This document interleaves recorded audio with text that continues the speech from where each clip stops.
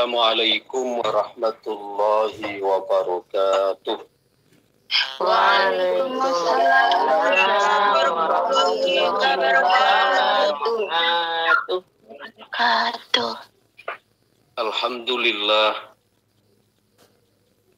Assalatu wassalamu ala sayyidina wa maulana Rasulillah wa ala alihi wa sahbihi wa man tabi'a hudah. Asyhadu an la ilaha illallah wahdahu la syarika lah wa asyhadu anna sayyidana wa nabiyyana Muhammadan abduhu wa rasuluh. Allahumma salli ala man khatamta bihi risalah wa ayyadtahu bin nasri wal kautsari wasyafa'ah wa ala alihi wa ashabihi walladzina tamassaku bisunnatihi ila yaumil qiyamah. Subhanaka la ilma lana illa ma 'allamtana innaka antal alimul hakim. Subhanaka la fahma lana illa ma fahamtana innaka antal jawadul karim. Rabbana iftah bainana wa baina qaumina bil haqqi wa anta khairul fatihin summa amma ba'du. Qala al-muallif rahimahullah wa nafa'ana bihi wa bi'ulumihi wa bi anwarihi wa bi asrarihi fid daraini amin ya rabbal alamin. Setelah pada pertemuan minggu yang lalu kita membahas tentang sebagian dari hamba-hamba Allah, itu ada yang hati mereka dicondongkan oleh Allah untuk lebih menerima puas terhadap apa yang menjadi ketetapan Allah, sehingga menjadikan mereka memilih itu ketimbang berdoa. Kemarin juga kita telah membahas mana yang lebih utama dari dua keadaan ketika kita dihadapkan kepada permasalahan, dihadapkan kepada suatu atau sebuah persoalan, apakah yang lebih utama kita berdoa kepada Allah dengan menampakkan sisi penghambaan, yakni menampakkan bahwa kita hamba yang butuh, menampakkan bahwa kita hamba yang lemah, menampakkan bahwa kita hamba yang fakir, ataukah kita memilih menjadi hamba yang sudah memandang bahwa apa yang menjadi pilihan Allah itu lebih baik, dan selanjutnya kita lebih memilih berserah diri tanpa memanjatkan doa. Mana yang lebih utama? Kita telah membahas kemarin pendapat para a'immah, pendapat para sadah tentang hal ini. Ada yang mengatakan yang lebih utama itu berdoa. Kenapa? Karena doa itu sendiri adalah disebut oleh Nabi sebagai mukhul ibadah. Disebut oleh Nabi doa sebagai otak atau inti dari ibadah. Sehingga yang berpendapat demikian memandang bahwa mana mungkin sesuatu yang oleh Nabi disebut sebagai otak ibadah kemudian lantas kita tinggalkan. Doa itu adalah ibadah. Mana mungkin kita kemudian memilih meninggalkan berdoa sedangkan doa itu adalah termasuk dari ibadah. Ini adalah alasan dari pendapat yang pertama yang memilih untuk berdoa. Sedangkan pendapat yang kedua ada yang mengatakan lebih utama kita untuk as-sukut wal khumul tahta jaryanil hukmi atammu wa arda. Pendapat yang kedua memilih lebih tetap bagaimanapun lebih sempurna yang kita ini cukup menerima, cukup ridho dengan apa yang menjadi pilihan Allah. Kenapa? Karena di annama sabaqa min ikhtiyaril haqqi laka aula mikhtiyarika. Karena apa yang telah menjadi pilihan Allah atasmu itu jauh lebih utama daripada pilihan kamu terhadap sesuatu itu. Kemudian mengambil dari firman Allah dalam hadis qudsi, man syaghalahu dzikri an mas'alati a'taituhu afdhala ma u'tis sa'ilin. Barang siapa yang disibukkan dengan mengingat aku daripada meminta kepadaku. Ya, di sana ada orang berdoa, ada orang berzikir. Ya, ada perbedaan hunaka farqun bainad du'a wal dzikr. Terdapat perbedaan antara zikir dengan doa. Kalau doa di situ kita masih membawa kepentingan. Masih membawa hajat. Tapi kalau zikir kita sama sekali melepaskan kepentingan kita, tapi betul-betul hanya sibuk dengan memuji, mengingat. Janji Allah, man syaghalahu dzikri an mas'alati a'taituhu afdhala ma u'tis sa'ili. Barang siapa yang mengingat kepadaku lebih menyibukkan ketimbang meminta, berdoa, maka akan aku berikan kepadanya lebih dari apa yang aku berikan kepada orang-orang yang meminta. Ini alasan dari pendapat yang kedua yang mengatakan bahwa masih lebih utama untuk kita menerima, berserah diri, ridho terhadap apa yang menjadi pilihan Allah Subhanahu wa ta'ala. Kemudian ada pendapat yang ketiga yang merinci, yang mentafsir. Bagaimana mentafsirnya? Wa minhum man fassala wa qala. Ada sebagian lagi, yakni pendapat yang ketiga yang merinci. Faqala al-awqatu mukhtalifatun. Ya, mereka mengatakan waktu itu berbeda-beda. Fa in wajadad da'i bi qalbihi isyaratun ila du'a kal imbisati wa tawajjuhil qalbi fad du'a'u aula. Ini diantara pendapat yang ditarjih atau yang dikuatkan oleh guru kami Sidna Syekh Yusuf bin Muhyiddin Rikul Bakhur Al-Hasani. Jadi untuk pendapat yang ketiga ini dirinci, fa in wajadad da'i, jika orang yang bersangkutan, yang berdoa, itu menjumpai di dalam hatinya isyaratun ila du'a, yang sekiranya ya hatinya itu siap untuk memanjatkan doa, bukan hanya tangannya yang siap, bukan hanya ambisinya yang siap, tapi hati ini juga siap untuk berdoa. Dalam arti di dalam hati hadir seperti kalim disati, seperti halnya hati yang memang sudah lapang. Wa tawajjuhil qalbi, dan hati yang memang betul-betul sudah tawajjuh hadap kepada Allah Subhanahu wa ta'ala, maka dalam hal ini faddu'a'u aula, maka dalam kesempatan seperti ini doa baginya lebih utama. Kalau kita dijumpai dalam situasi kita temukan dalam hati ini siap untuk berdoa, dalam arti kita berdoanya bisa dengan adab. Ya.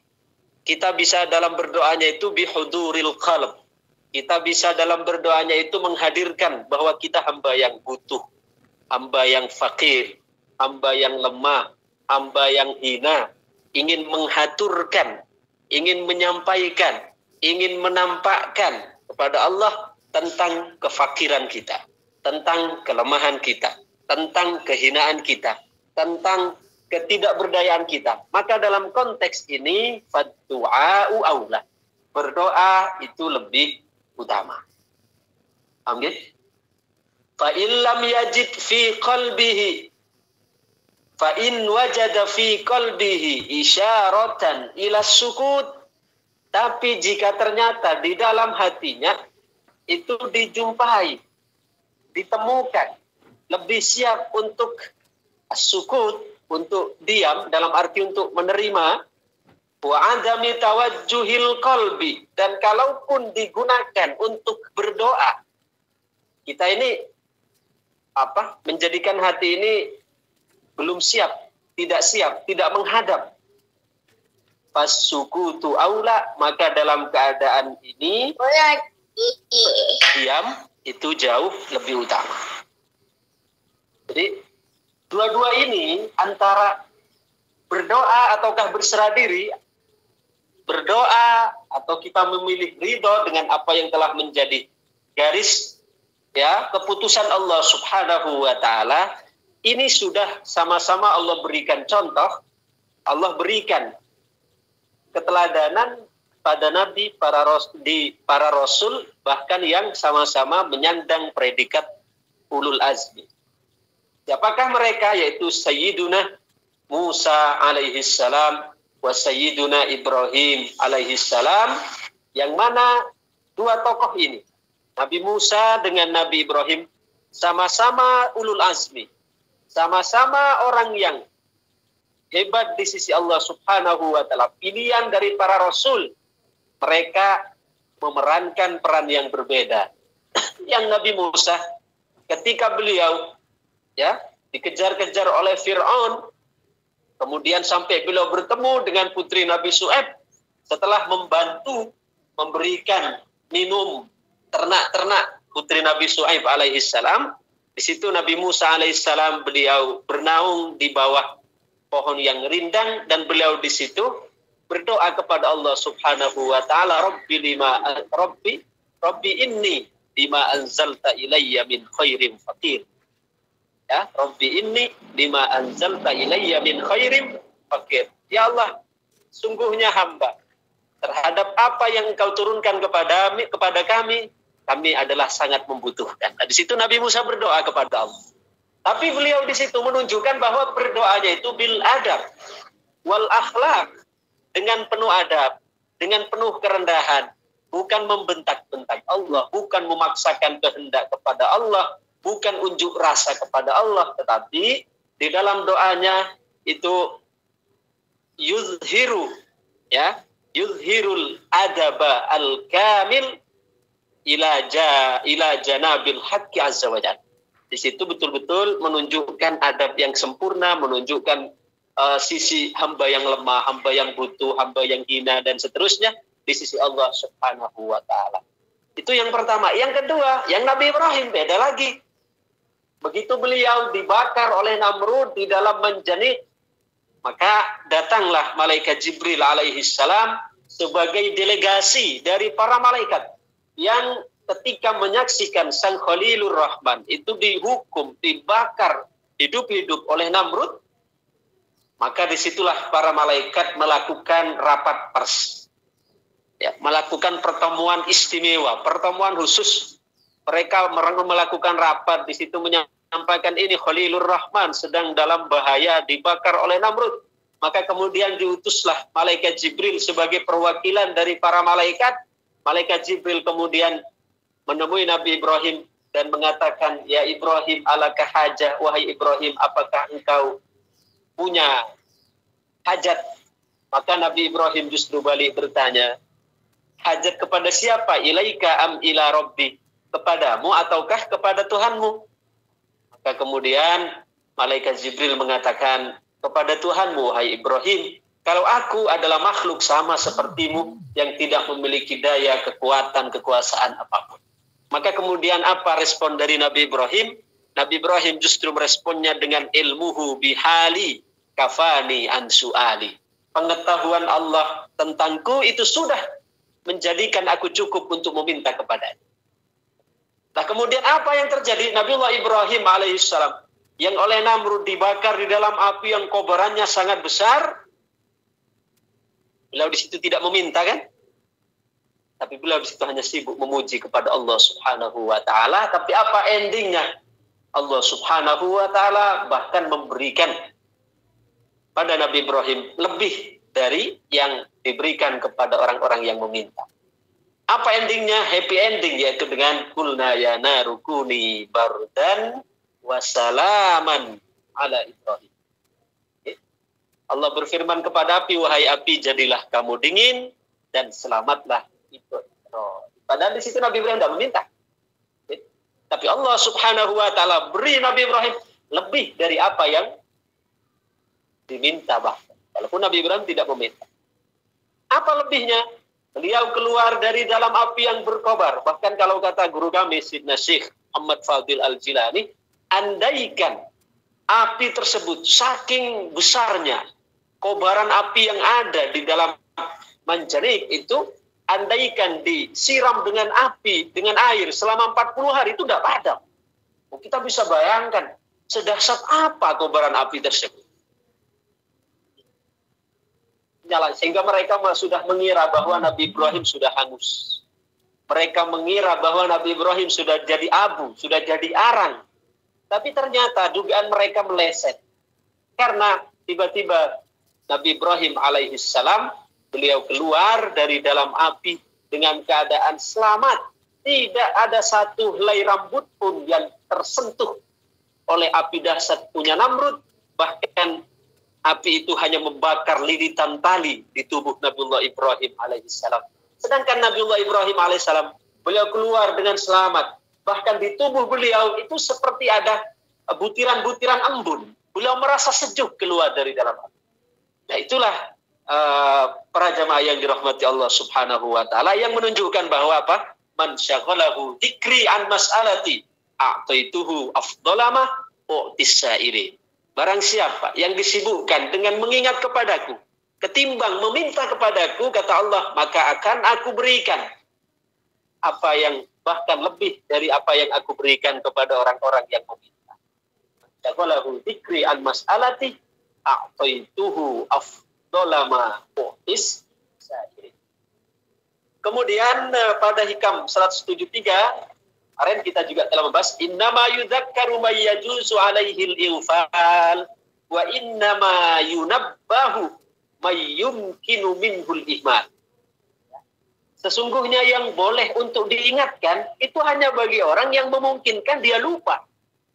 Artinya kalau kita anggap doa itu kita mengingatkan Allah Subhanahu wa taala. Kita punya setumpuk hajat ini, kita berdoa pada Allah dengan makna bahwa kita ini mengingatkan Allah, ya, bahwa kita punya hajat gini.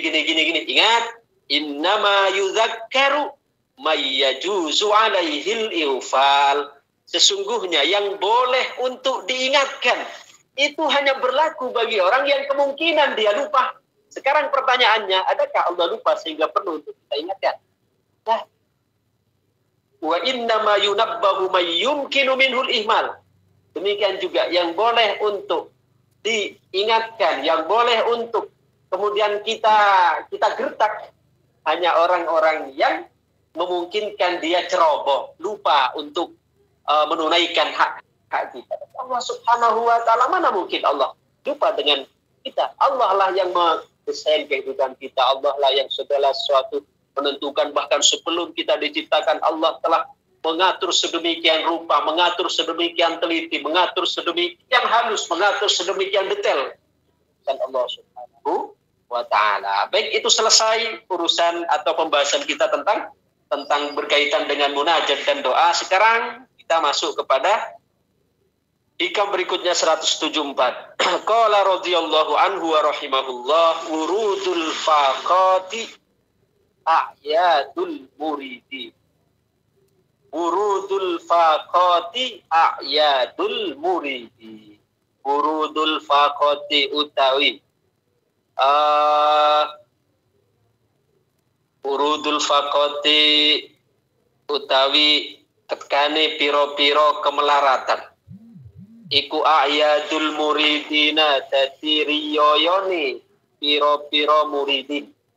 Ini cukup pendek sekali hikamnya, hanya 4 kata. Urudul faqat a'yadul muridin.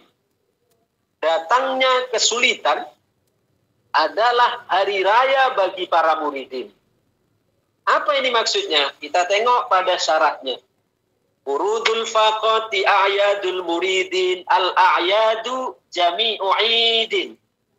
A'yad itu kan ada lafaz urudul faqati a'yadul.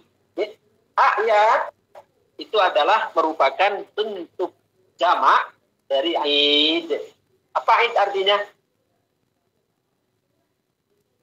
Id apa artinya? Kalau kita Ramadan selesai puasa, kita namanya Idul Fitri.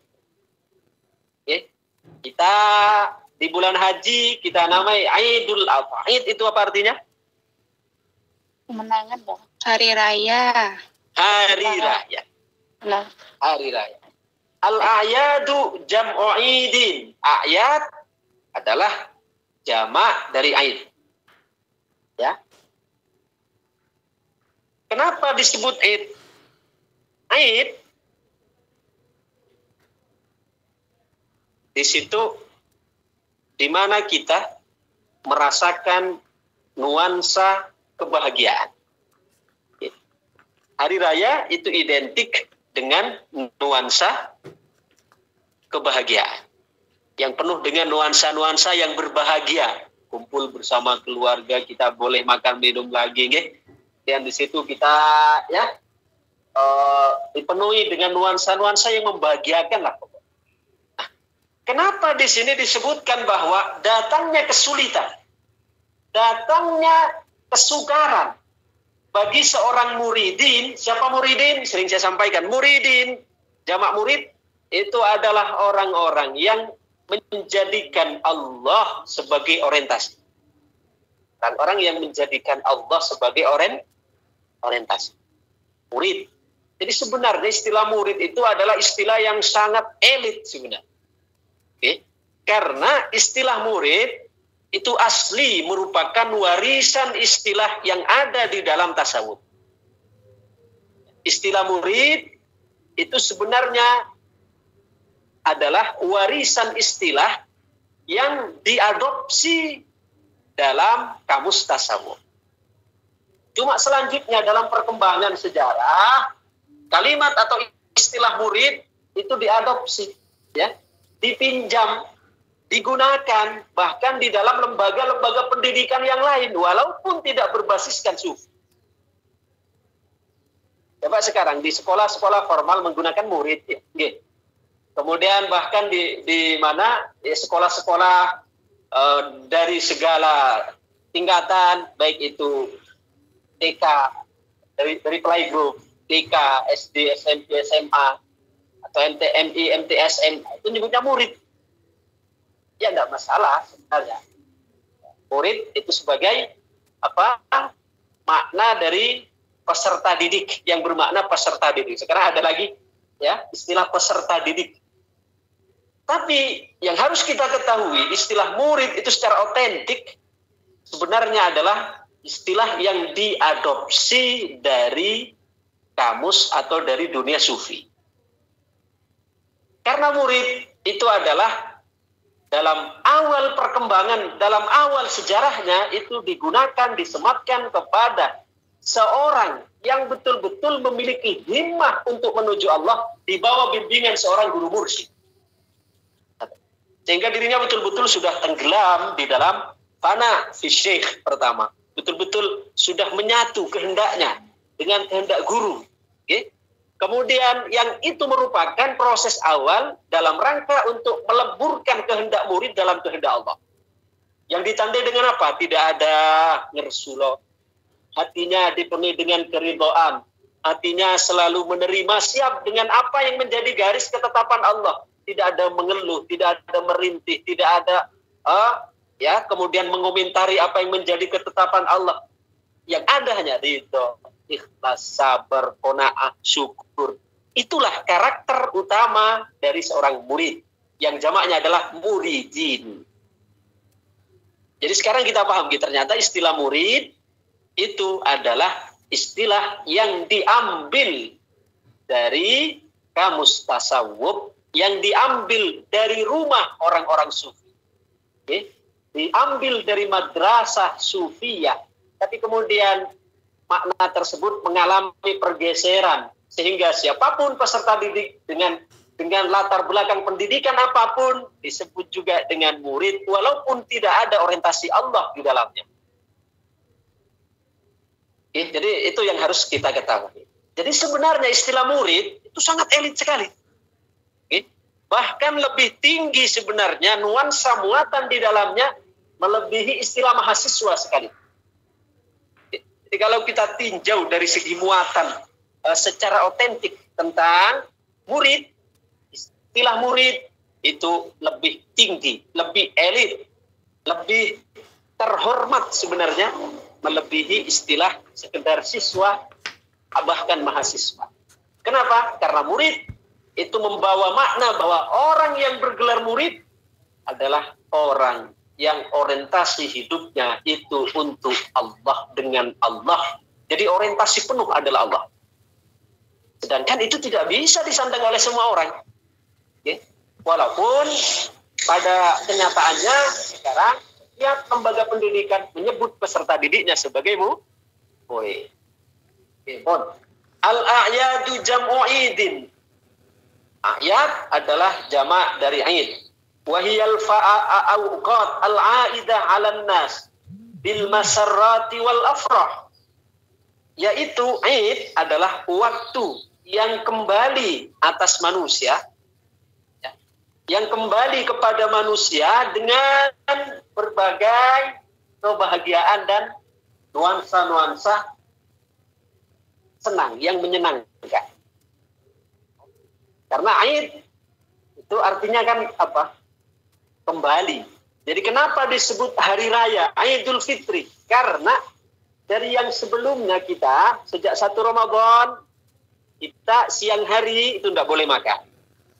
Boleh makan, tidak boleh minum, dan seterusnya. Tapi begitu 1 Syawal, kita kembali makan pagi. Paham gitu? Maka disebut Aid, kembali. Nah, Idul Fitri, kita kembali berbuka, kembali makan pagi, kembali sarapan, dan seterusnya, juga membawa makna, karena hari raya tersebut selalu kembali dengan membawa kebahagiaan, membawa nuansa-nuansa bahagia. Fal muriduna yusirruna yasurruna bil faqr. Para muridin ini, murid yang hakiki, mereka bahkan merasa bahagia dengan datangnya kesulitan. Nah, coba kan kita masih jauh berarti. Kalau kita sangat-sangat menghindar dari kesulitan, tapi kalau mereka muridin yang hakiki, justru mereka ketika ada kesulitan di situ mereka merasa senang. Jauh kan perbedaannya dengan kita? Loh, bagaimana kok bisa mereka justru merasa senang ketika ada kesulitan? Lihat di sini. Di annaha tusri'u biwusulihim limaksudihim. Karena bagi seorang muridin, ya, dengan adanya kesulitan, dengan adanya kesusahan, itu justru akan mempercepat. Ya, di annaha tusri'u biwusulihim, itu dapat mempercepat mereka sampai limaksudihim, terhadap tujuan mereka. Maksudnya apa nih? Tujuan para murid apa tujuannya? Tujuan para muridin adalah bagaimana hatinya selalu terhubung, tersambung dengan Allah. Itu. Sedangkan adanya kesusahan, adanya kesulitan, itu adalah saat yang sangat efektif untuk menyambungkan hati kepada Allah Subhanahu wa Ta'ala. Untuk menyambungkan hati kepada Allah Subhanahu wa Ta'ala. Salah satu contoh saja, salah satu contoh. Kalau suasana lapang, itu banyak kita yang lalai. Biasanya orang itu banyak sekali akan secara cepat ingat kepada Allah. Yang banyak itu adalah ketika dalam keadaan susah. Ketika dalam keadaan sulit. Ketika dalam keadaan, salah satu contoh saja. Kalau kita naik kapal, biasanya ketika gelombang tenang, itu tidak ada, sedikit sekali dari sekian penumpang, ratusan penumpang yang akan ingat dengan Allah Subhanahu wa Ta'ala. Bahkan yang banyak asik dengan dengan joget-joget, asik dengan berbicara ngalor ngidul dan seterusnya. Jarang sekali akan ingat Allah. Tapi coba, ketika ke tengah di situ ombak besar, kira-kira apa yang mereka lakukan? Masih joget-joget? Ataukah lantas kemudian, ya Allah, astagfirullah, la ilaha illallah. Bagaimana responnya? Masih sempat joget? Apakah semuanya satu kapal itu menyebut nama Allah? Langsung menyebut nama Allah, Ustaz. Semuanya menyebut nama Allah. Bahkan sampai ada saya pernah terbaca satu kalimat yang mengatakan, andaikan ya kotak hitam dari pesawat yang jatuh itu dibuka, maka yang akan kita dengarkan di dalamnya rekaman yang paling banyak ada, maka yang banyak terekam di dalam kotak hitam itu adalah semua penumpang akan memanggil nama Allah. Terus membuatan ya ketika naik bis saja, bis. Apa? Ya, tapi kita mudah-mudahan selalu diberi keselamatan oleh Allah. Amin. Ketika misalnya remnya bolong itu, kita yang semula lalai, atau ya Allah, astagfirullah, otomatis itu menggiring kita ingat pada Allah. Nah, ini bagi para muridin, ini sebagai gambaran lagi, sebagai gambar. Kesulitan bagi seorang muridin, kenapa dianggap sebagai ayat, dianggap sebagai hari raya? Karena dengan adanya kesulitan itu mempercepat, memberikan percepatan untuk sampai kepada maksud mereka. Apa maksud mereka? Bukan maksud duniawi, bukan. Maksud para muridin tidak ada yang lain kecuali bagaimana hatinya selalu tersambung, terhubung, dekat dengan Allah Subhanahu wa Ta'ala. Dan kan dalam keadaan sulit ini sangat mudah sekali bagi hati untuk nyambung dengan Allah, untuk terpaut dengan Allah Subhanahu wa Ta'ala. Di sini rahasianya kenapa? Kenapa kemudian Rasul menyabdakan dalam sebuah hadisnya bahwa ta'arraf ilallah firraha ya'rifka fisyiddah. Ta'arraf ilallahi firraha ya'rifka fisyiddah. Ingatlah Allah ketika kalian dalam keadaan lapang, maka niscaya Allah akan mengingatmu ketika dalam keadaan sempit. Apa maksudnya hadis ini? Karena kebanyakan orang ketika dalam keadaan lapang itu betul-betul lalai dari Allah. Tapi ketika dalam keadaan sulit baru ingat Allah. Tapi lumayanlah ingat Allah dalam keadaan sulit. Tapi harusnya kita dalam keadaan lapang ingatlah Allah. Dalam keadaan sempit itu akan, kalau orang bisa ingat Allah dalam keadaan lapang, maka dalam keadaan sempit akan lebih mudah untuk ingat Allah. Tapi sebaliknya, kalau orang dalam keadaan lapang lupa Allah, maka dalam keadaan sempit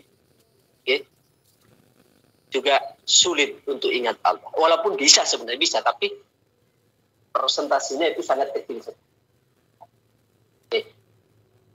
Lima fiha minaz-zulli. Kenapa? Karena di dalamnya, yaitu di dalam kesulitan, di dalam kemelaratan, disitulah terdapat minaz-zulli. Merasa bahwa kita ini betul-betul hina, betul-betul rendah, betul-betul tidak memiliki kekuatan apapun. Wa qahrin nafsi, dan kita di situ dapat qahrin nafsi, menekan hawa nafsu. Kama tasurrul awamu bil a'yad, sebagaimana orang-orang awam itu mereka merasa senang ketika hari raya lima fiha min laili syahwatihim min malabis wa ghairiha. Kalau kita orang awam, hari rayanya kan, ketika hari raya kenapa kita senang? Karena di situ kita akan makan enak-enak, kemudian kita akan pakai baju baru, semua nuansa baru. Begitu juga para muridin, bagi mereka hari rayanya adalah ketika ada kesulitan. Kenapa? Karena ketika timpa oleh kesulitan, di situ mereka sampai kepada maksud mereka. Apa maksudnya? Maksud mereka adalah tujuan mereka bagaimana selalu dekat dengan Allah Subhanahu wa Ta'ala. Baik, kita tambah satu hikam lagi. Rubama wajadta minal mazidi bil faqati malam tajidhu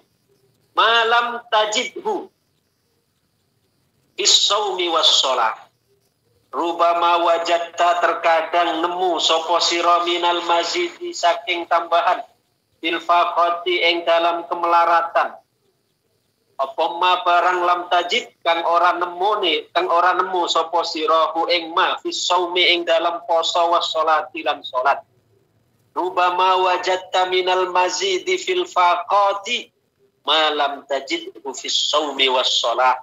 Terkadang kata Ibnu Atha dalam hikam yang ke-175, terkadang engkau menemukan tambahan, dalam tanda kutip tambahan anugerah, tambahan pemberian dari Allah fil faqad di dalam kesulitan, malam tajidhu fis shaumi was shalah, yang bahkan tambahan pemberian Allah yang Allah berikan di dalam keadaan engkau kesulitan itu tidak engkau temukan di dalam sholat maupun dalam puasa. Tapi jangan salah paham, bukan berarti di sini kita simpulkan, wah kalau begitu kita ngapain sholat, ngapain puasa. Kalau memang kita sekarang dengan adanya kesulitan saja kita akan mendapatkan keutamaan yang bahkan tidak kita temukan dengan sholat, dengan puasa. Bukan begitu arahnya. Tapi maksudnya terkadang Allah ingin mengirimkan satu anugerah kepada kita, anugerah khusus tentang misalnya diberikan hati yang lebih kuat, yang lebih siap, yang lebih tangguh, yang lebih yang lebih militan dan seterusnya. Itu terkadang Allah bentuk di dalam jiwa kita pada saat kita mengalami kesulitan, yang mana terbentuknya jiwa tersebut yang militan, yang kokoh, yang kuat, yang penuh dengan keridhaan, yang penuh dengan kesabaran. Terkadang ya anugerah itu yang berupa kesiapan, keridhaan, kemudian kesabaran, syukur dan seterusnya, kadang itu tidak terbentuk sekalipun ketika kita sholat. Lagi jangan salah paham, bukan berarti kalau begitu tidak usah, bukan begitu arahnya.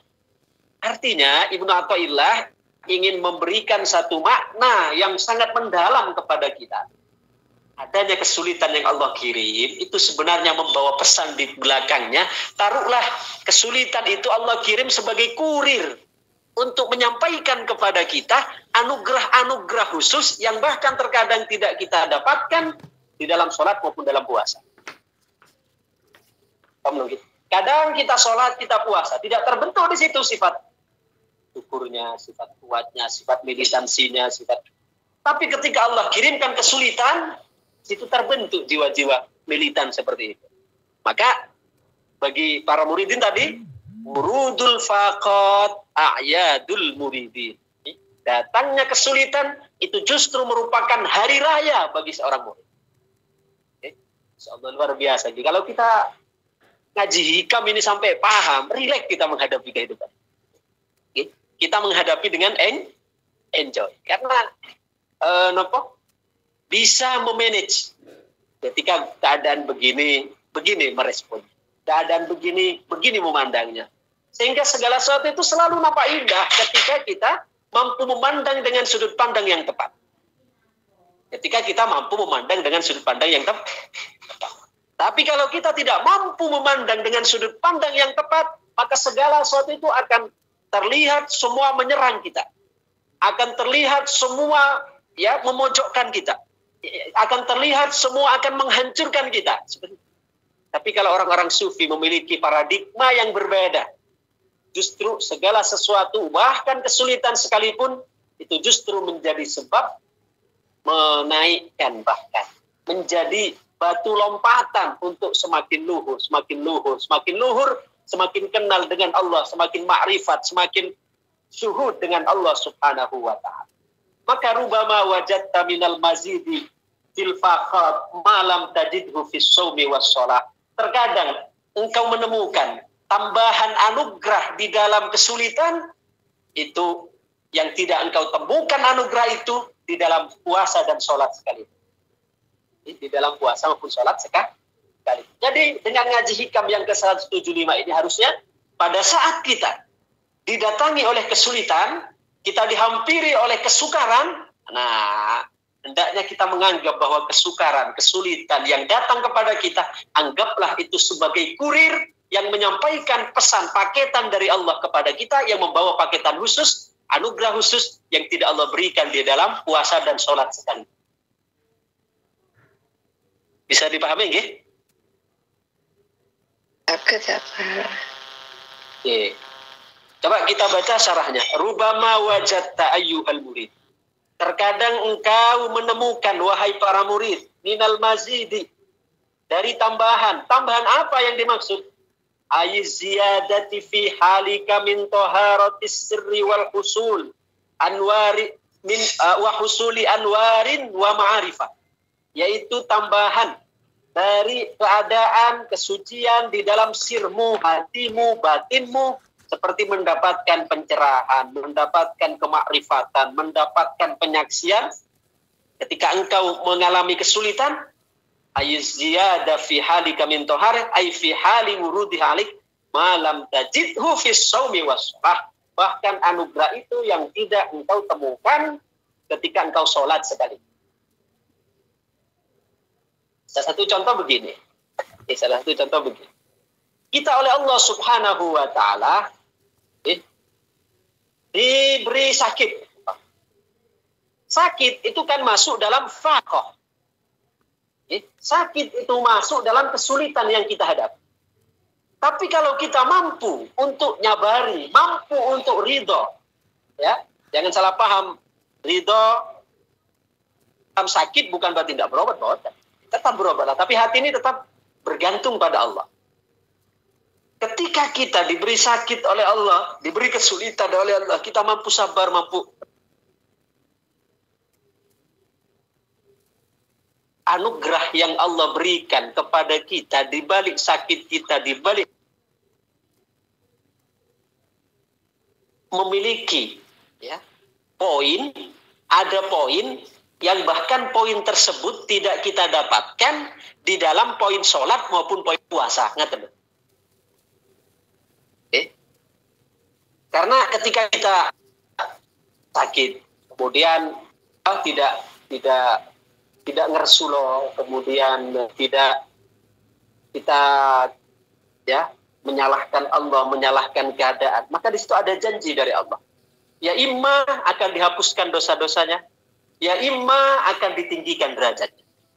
Nah, poin ini kan tidak didapatkan di dalam sholat kita, kata. Bahkan lebih dari itu, ketika kita sakit, di situ kita bahkan Al-Imam Haris Al-Muhasibi, beliau memberikan beberapa pandangan tentang sakit. Ketika orang sakit itu ada beberapa nikmat yang secara tidak langsung diberikan, kata beliau. Satu, diampuni dosa. Yang kedua, ditinggikan derajat. Tiga, kita diberhentikan oleh Allah dari melakukan maksiat. Diberhentikan oleh Allah dari melakukan maksiat. Nah, anugerah-anugerah itu, poin-poin tersebut, belum lagi ma'rifat, belum lagi makna-makna yang lain. Poin tersebut yang Allah kirim paketan khusus itu melalui kurir yang namanya kesukaran. Tanggapan. Allah kirimkan poin-poin tersebut, paketan khusus itu melalui kurir yang bernama kesulitan, yang bernama kesukaran. Tapi kadang kita usir kurir-kurir itu.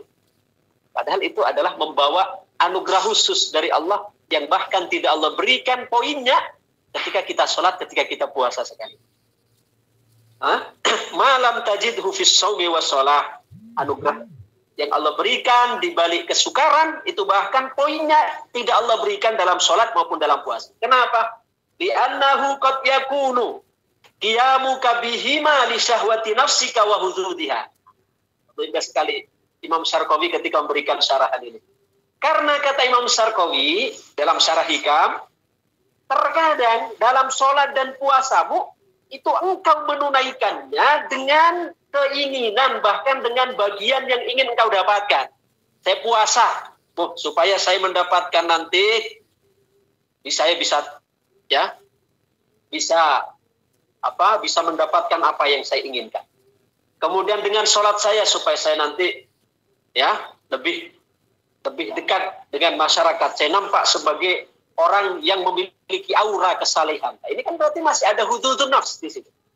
Wa man kana hadza sabilahu, barang siapa ini yang menjadi jalannya, fala yu'manu fihi dukhulul afat fala yufiduka tazkiyatun wala tahliyah bi khilafi wurudil faqr. Nah, sedangkan kalau kita sholat puasa tadi masih dengan tendensi-tendensi seperti yang disebutkan, itu kan ibaratnya kita ingin mengobati penyakit yang kita miliki, tapi pantangan di situ semua masih kita lakukan.